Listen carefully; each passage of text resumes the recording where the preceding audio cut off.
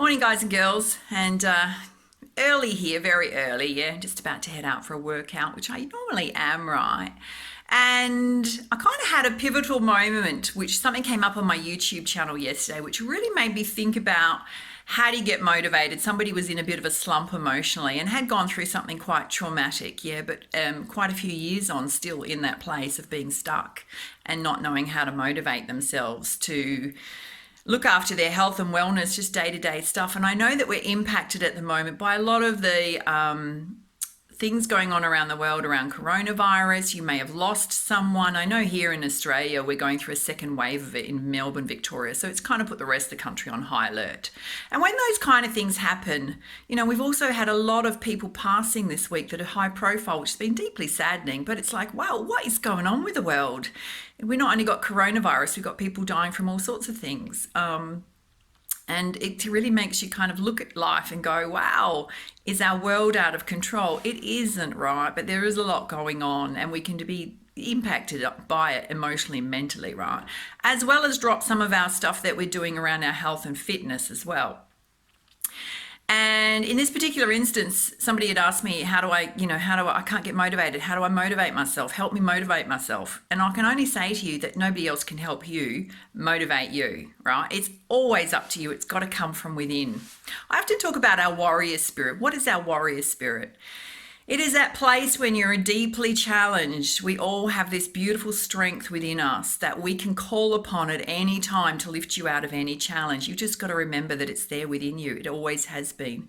From this life, from past lives, you have a warrior spirit within you, right? It's that fight within you that will lift you out of any challenge, but you just got to dig deep and find it.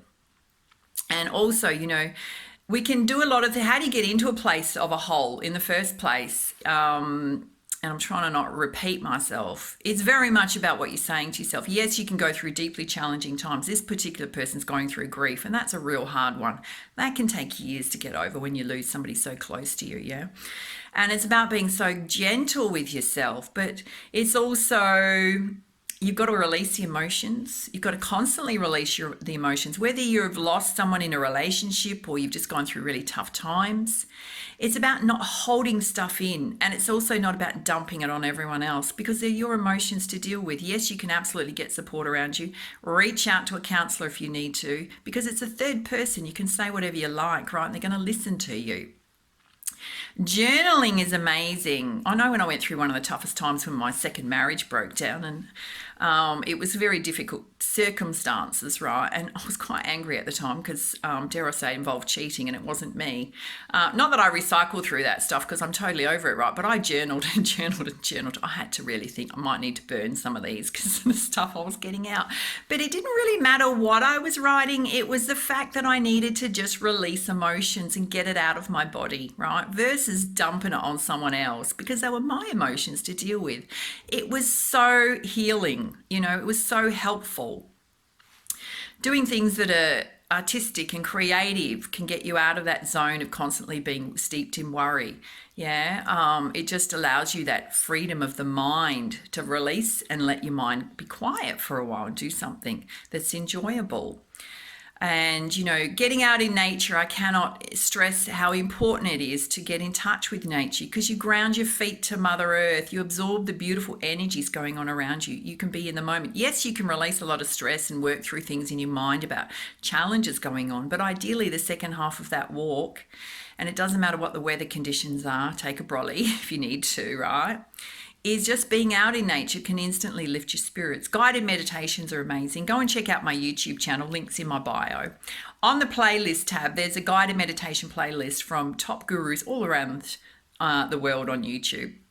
I've done amazing guided meditations, so therapeutic and healing for the body. And all you need to do with those is about 80 or something in there. Play them through a speaker ideally because you get the sound therapy, the binaural beats going through your cellular level in your body. Very healing and particularly on your chakras, right?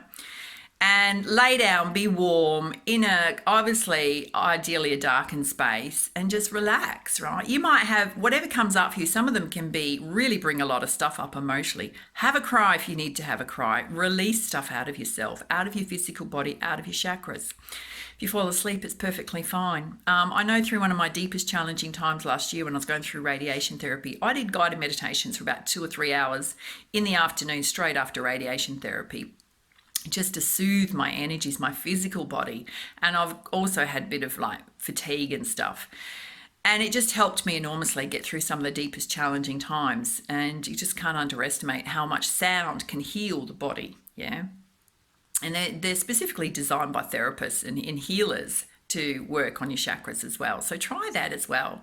I don't need to use them as much at all these days because my vibrations back up really high, yeah? One of the other things which is super important, and you'll hear people talk about it, is mindfulness. And it's an amazing practice. And it's really just being about consciously aware, because when you get into a slump, right, guaranteed every day you are saying something negative or many negative things to yourself over and over again about your situation. And you may be subconsciously not aware of it, but you're doing it. And sometimes you'll feel yourself doing it, right? But it's about pulling yourself up. Conscious awareness is just going, oh, okay, I've just said something really negative to myself then about myself or my situation. Or I'm recycling through things in the past, saying stuff from the past. It's not actually happening now.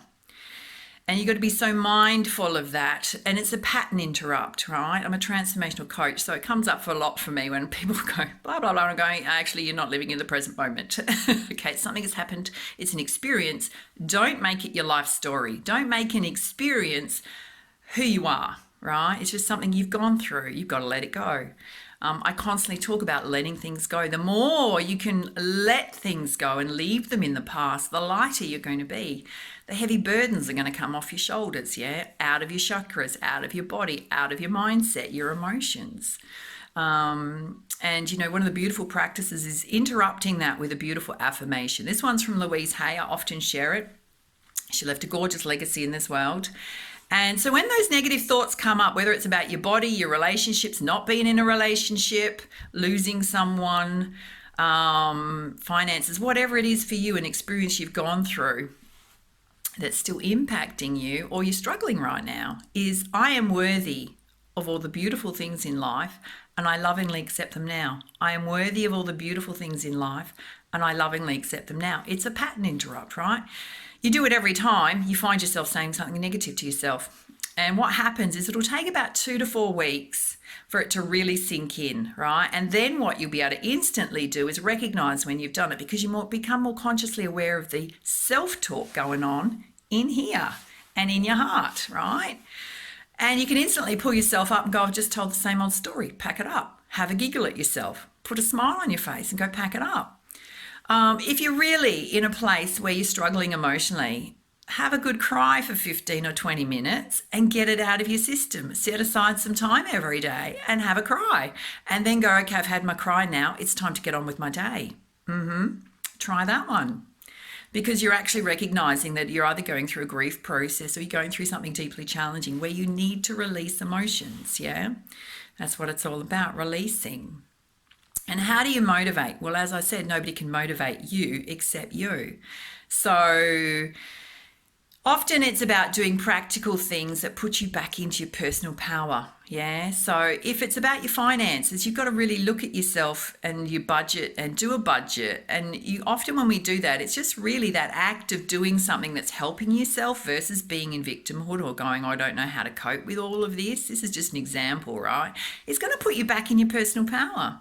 And it's really about being compassionate and kind with yourself, but having a bit of a strategy and a plan. Come back to your practical side. But don't forget, you've always got that beautiful warrior spirit in you. It's always with you.